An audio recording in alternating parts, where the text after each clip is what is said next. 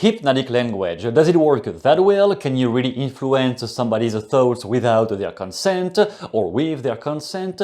And when you do so, what really happens inside their mind? The reason I want to bring your attention on the effect it has on the mind of your subject is because when people think about hypnotic language, they only think about what to say into their own head, and quite often they get paralyzed because they think too much.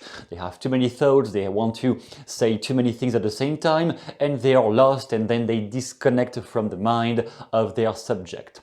Whereas the subject is the only person we are interested by right now. When you have somebody in front of you, and you want to influence them to believe something. For example, I want to help that person believe more in themselves. If I try to force that belief into their head by convincing them with logic and reason, they might just ignore anything I say. That is the basic presupposition behind the utilization principle popularized by Milton Erickson. You only do conversational hypnosis with what the mind of the subject is giving you. Your language machine is being fed by the answers of the person you are interacting with, and with that you adapt your language, your hypnotic language, so that it is influencing and changing the structure of their mind. So the first principle to that extent to alter the perception somebody else has of their limitations, of their beliefs, of whatever, is to always speak with cause and effect structures. When I first read the book Influence by Robert Cialdini, extremely famous book, one phrase caught my mind. He said to always justify what you propose to somebody else with the word because. I would like you to watch my video because you might learn something important about how to talk with your girlfriend. Even if the reason I enumerate is not the right one, it is not the best one, just using because helps the mind to create logical links, and the conscious mind of anybody always loves drawing links between what it already knows inside and what you are giving them. So when you want to influence someone to believe anything, at first it is better if you link your proposition to something they already know or something they already believe. And using the word because is one of the best ways to accomplish that. I would like you to listen to me because you might learn something important about how to deal with your family, or about how to make more money at your job, or about how to solve that conflict at work, anything they might relate with. It is the basic structure. I want you to X because Y. Or you might start to believe more in yourself because from what I have seen from you, you have many more capacities than what appears at first sight. Providing reasons with cause and effect also distracts the conscious mind. If I give reasons like this, you might just ponder on them more deeply, and the more you ponder on those things, the less you will be refuting what I say. So when you stop refuting what I say, then I have access to your unconscious mind. Because the unconscious mind is not slowed down by all the conscious limitation, and it can always try new things.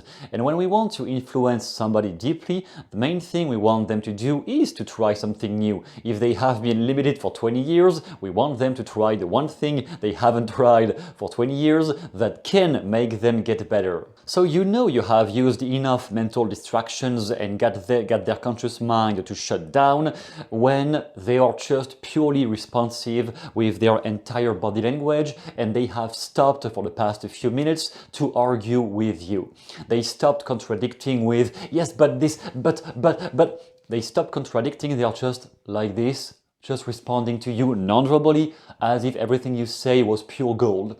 That is when you have access to their unconscious mind, and that is anything you say next will touch the deeper parts of themselves. Before continuing with number 2, you have a special document down below that will give you some of the best language structures ever invented to influence somebody's mind. It is called the 7 Steps to Master Sleight of Mouth, and you can use those anywhere at work, with your friends, eventually, with your girlfriend, girlfriend, or with anyone you want to solve a conflict with, or help them to believe more in themselves. It is down below, and with that in mind, let's proceed with the second principle. Elicit more resistance before it happens. That might seem counterintuitive, but once again, when you want to influence somebody's unconscious mind, which is the reservoir of their capacities, you want to get the conscious mind distracted or shut down or asleep enough so that you have access to this. If they have reasons to push you away, to push your arguments away, because they don't trust you, because they don't believe in that, fine. What if instead of trying to force all your hypnotic language into their head through very long stories, you were fishing ahead of time for all the reasons why they were going to disagree with you later? For example, if I tell you about a workout in the gym that could make you lose weight, and I tell this to you because I know you have some concerns about your body weight. Because you have some concerns about your body weight. If I tell you about this and I haven't questioned you in any way about what you have already tried, about what you believe in terms of your potential to actually lose weight, if I don't know anything about this, then my language might just miss the point. All my suggestions about you will start to work out and very easily you will find a sense of well-being in your body, that might completely miss the point. Because maybe the deeper reason is that somehow you find comfort into eating more often, eating junk food because it is comfortable for you. And in that case, I must just stop talking about going to the gym and I must talk about this feeling of comfort. That is where I need to target my suggestions and all my hypnotic language. So eliciting resistance is about asking questions before diving too much into the things you want to influence people about. Before diving in there, you ask them, so what do you think of this? We talk about losing weight. Before I tell you anything, can you share with me what do you think of losing weight? Or what do you think of making money? Or what do you think of dating multiple partners? What do you think of whatever topic I'm going to talk about next? What do you think of this? Do you have some thoughts on this? Or is there anything you would like to add? Let them proceed. If I just said something and I don't see any reaction on their body language, I don't see anything, then I might question them. Is there anything you would like to add to this?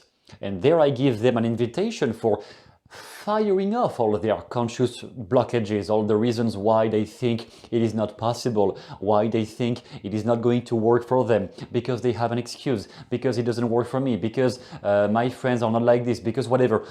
Okay, I want to have those excuses, all those conscious blockages, because I want to incorporate that into my next suggestions. But since many people are too afraid of verbalizing out loud all the things they don't like about you or about what you say, because socially they might be introverts, they have some trouble expressing themselves, then I need to get that information out of them and let them proceed. Tell me what you think of this. Do you have any concern about what I'm talking about? We talk about hypnotic language right now because I want you to find better ways to influence others. And if I could allow myself to ask you, what do you think about hypnotic language? Do you think it is relevant? Do you think it can be used? Do you think it is not possible to be used by you? What do you think of this? The more information I get from you, the more easily I can change those beliefs and those conscious barriers in your mind with my next suggestions. And finally, fundamental number 3, which might be slightly more difficult or technical for some people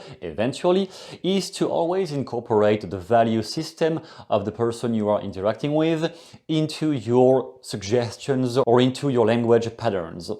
If I talk to somebody who is heavily influenced by the Green Party, or let's say left-wing ideologies, then with that person, if I start any argumentation by saying that I will tell you something that can make the world a better place, or that can make planet Earth more ecological for the entire population, I start my argumentation with this.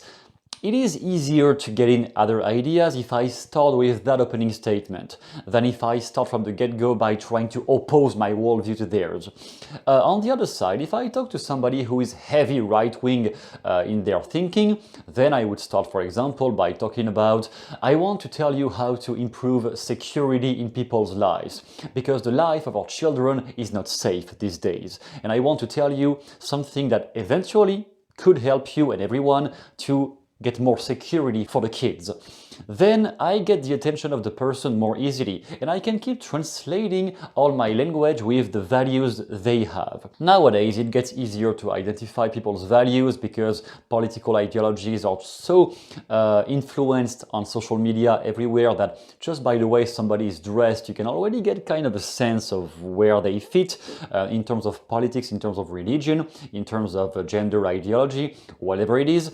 You can just incorporate more of their value system into your argumentation, whatever you want to influence them about. Because if you give a suggestion or if you want to talk about a topic of conversation that is violating their values and their value system, it doesn't even matter how hypnotic you sound, they won't listen anyway. So incorporating more of their values and value system into your argumentation and into the language patterns you say will make everything easier. One simple exercise you have for this is to take one statement you naturally disagree with. Just to take one thing like this. You think about one phrase, one statement, one idea you strongly disagree with. It might be about politics, it might be about religion, it might be about gender, men and women, anything you want. Then I might ask you something intolerable to make 3 positive comments about that statement. Whatever they are, 3 positive comments about somebody who might say this thing. If you strongly disagree with women having a job, then I would challenge you to make 3 positive statements about the fact women can have a job and it is a good thing. Make 3 positive statements about that.